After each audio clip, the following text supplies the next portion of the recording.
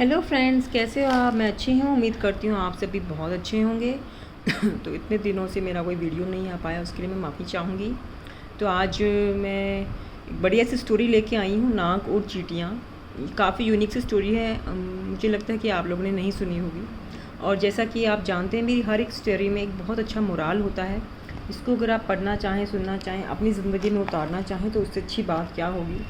और साथ के साथ मेरे सभी सब्सक्राइबर्स, मेरे सभी यूट्यूब फैमिली को बहुत बहुत थैंक यू, जो मेरे अपना कीमती वक्त को निकाल कर मेरी वीडियोस को देखते हैं। और अभी तक सिर्फ 195 सब्सक्राइबर्स का ही काफ़िला जुड़ा है मेहनत के बाद। और प्लीज़ इसे कंप्लीट कराइए, 1000 तक लेके जाइए दोस्तों। 2 महीने तक एक क्राइटेरिया मेरा पूरा करा दीजिए। मैं एक छोटी सी यूट्यूब क्रिएटर हूँ जो बुक्स में से स्टोरीज़, अच्छी अच्छी स्टोरीज़ ढूंढ कर अपनी यूट्यूब फैमिली के लिए लेकर आती हूँ। तो प्लीज़ मेरी हेल्प कीजिए, मेरे चैनल को ग्रो करने में हेल्प कीजिए। और चलिए आज की स्टोरी शुरू करते हैं, नाग और चींटियाँ।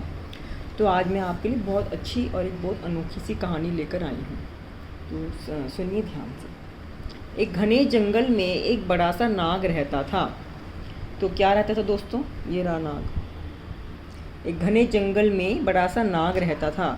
चिड़ियों के अंडे, मेंढक तथा छिपकलियों जैसे छोटे जीव जंतुओं को खाकर वह अपना पेट भरता था।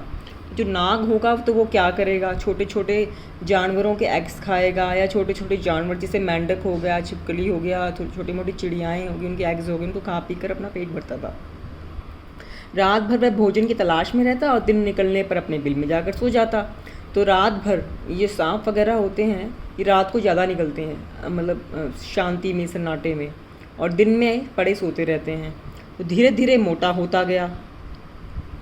तो खा खा कर मोटा हो गया, और इतना मोटा हो गया कि बिल के अंदर आना जाना भी दूभर हो गया। तो बिल तो छोटा सा होता है, सांप मोटा हो गया, तो भैया बिल के अंदर कैसे आया जाए? तो चलिए उसने कुछ सोचा। फिर आगे लाइफ में उसने उस बिल को छोड़कर विशाल पेड़ के नीचे रहने की सोची। उसने सोचा भाई मैं तो खा खा कर मोटा हो गया हूँ, चलो मैं एक बड़े पेड़ के नीचे रहता हूँ।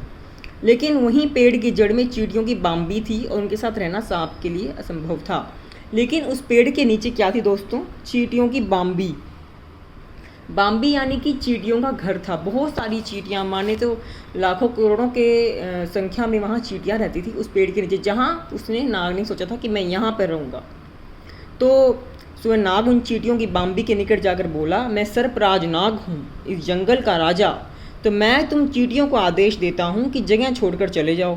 तो भाई वो राजा था, मतलब अपने आप को राजा समझता था सांप, कि शक्तिशाली था, उसे घमंड था कि मैं एक बार बोलूँगा तो चींटियाँ तो यहाँ से निकल जाएंगी।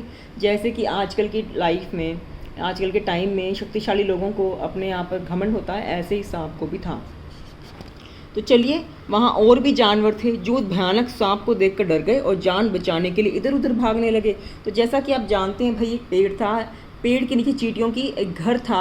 आपने देखा होगा चींटियों के बहुत बड़े बड़े घर भी होते हैं, पूरी मांद होती है, मिट्टी के घर बना लेते हैं बहुत बड़े बड़े। तो वहाँ जो छोटे मोटे और जानवर थे वो तो डर के भाग गए। लेकिन चींटियों ने नाग की धमकी पर कोई ध्यान नहीं दिया। लेकिन चींटियों ने कहा भाई हम नहीं तो उससे डरने वाले, ठीक है। वे पहले की तरह अपने काम काज में जुटी रही। नाग ने देखा तो उसके क्रोध का तो पारावार न रहा। अब ये देखिए, ये नाग है जिसकी मैं स्टोरी सुना रही हूँ, ये पेड़ है, और ये शायद चींटियों की मांद है, ये वाली। तो चींटियों को तो गुस्सा आ गया कि देखकर कि ये छोटी मोटी चींटियाँ मेरी बात नहीं सुन रही, मेरी बात नहीं मान रही। तो गुस्से में भरकर बाम्बी के निकट चला गया। यह देखकर हजारों हजारों चींटियाँ बाम्बी से निकल गईं और नाक से लिपट कर शरीर पर काटने लगी। तो क्या हुआ? हजारों की हजारों चींटियाँ उससे निकल गई और उसकी काटने लगी। उनके कटीले डंकों से परेशान होकर नाग बिलबिलाने लगा।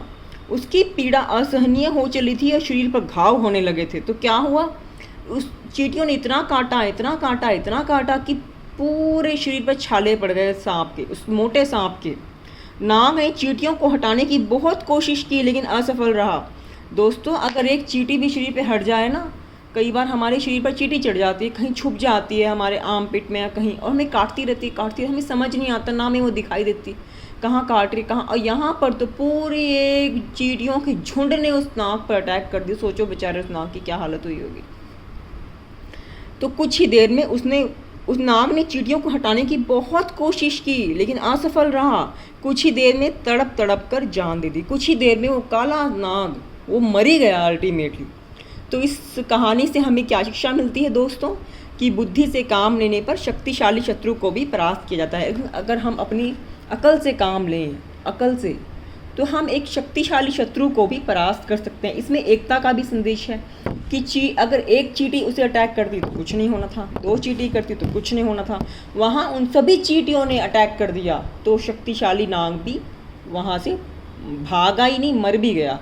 तो इसी सीख को हम अपनी लाइफ में उतार भी सकते हैं कि जब हमारी लाइफ में कोई शत्रु आए तो हम सब मिलकर उसका सामना कर सकते हैं। अकेले तो नहीं कर पाएंगे, तो मिलकर कर सकते हैं बुद्धि का इस्तेमाल करके। तो बस यही छोटी सी कहानी का सार था। और अगर आपको मेरे वीडियोस किसी भी कारण से, किसी भी वजह से थोड़ी बहुत भी अच्छी लगती हैं तो प्लीज़, अगर आप नए आए हैं मेरे चैनल पर और मेरी वीडियो को देख रहे हैं, मेरी कहानियों को सुन रहे हैं, तो मेरे चैनल को प्लीज़ सब्सक्राइब किए बगैर मत जाइएगा। कुछ भी नहीं जाता है दोस्तों सब्सक्राइब करने में, हमारे जैसे छोटे क्रिएटर्स को हेल्प मिल जाती है। और प्लीज़, और जो लोग भी मुझसे जुड़े हुए हैं अब तक, उनको बहुत बहुत थैंक यू। जो मतलब जिन्होंने स्टार्टिंग से मेरे चैनल से जुड़े हुए, 0 से मेरे को 1 से लाए, 1 पे 2 पे लाए, अब 195 पे मैं आई हुई हूँ लगभग। अब प्लीज़ इसको, संख्या को बढ़ाने में थोड़ा सहयोग करें और इसको 1000 तक लेकर जाएं दोस्तों। बहुत मुश्किल हो रही है, बिल्कुल 1000 सब्सक्राइबर्स पूरे नहीं हुए हैं अब तक। तो चलिए, मैं अपना काम जारी रखूँगी और मिलती हूँ आपसे अगले वीडियो में। तब तक आप खुश रहिए, हंसते रहिए, मुस्कुराते रहिए। जय हिंद, जय भारत।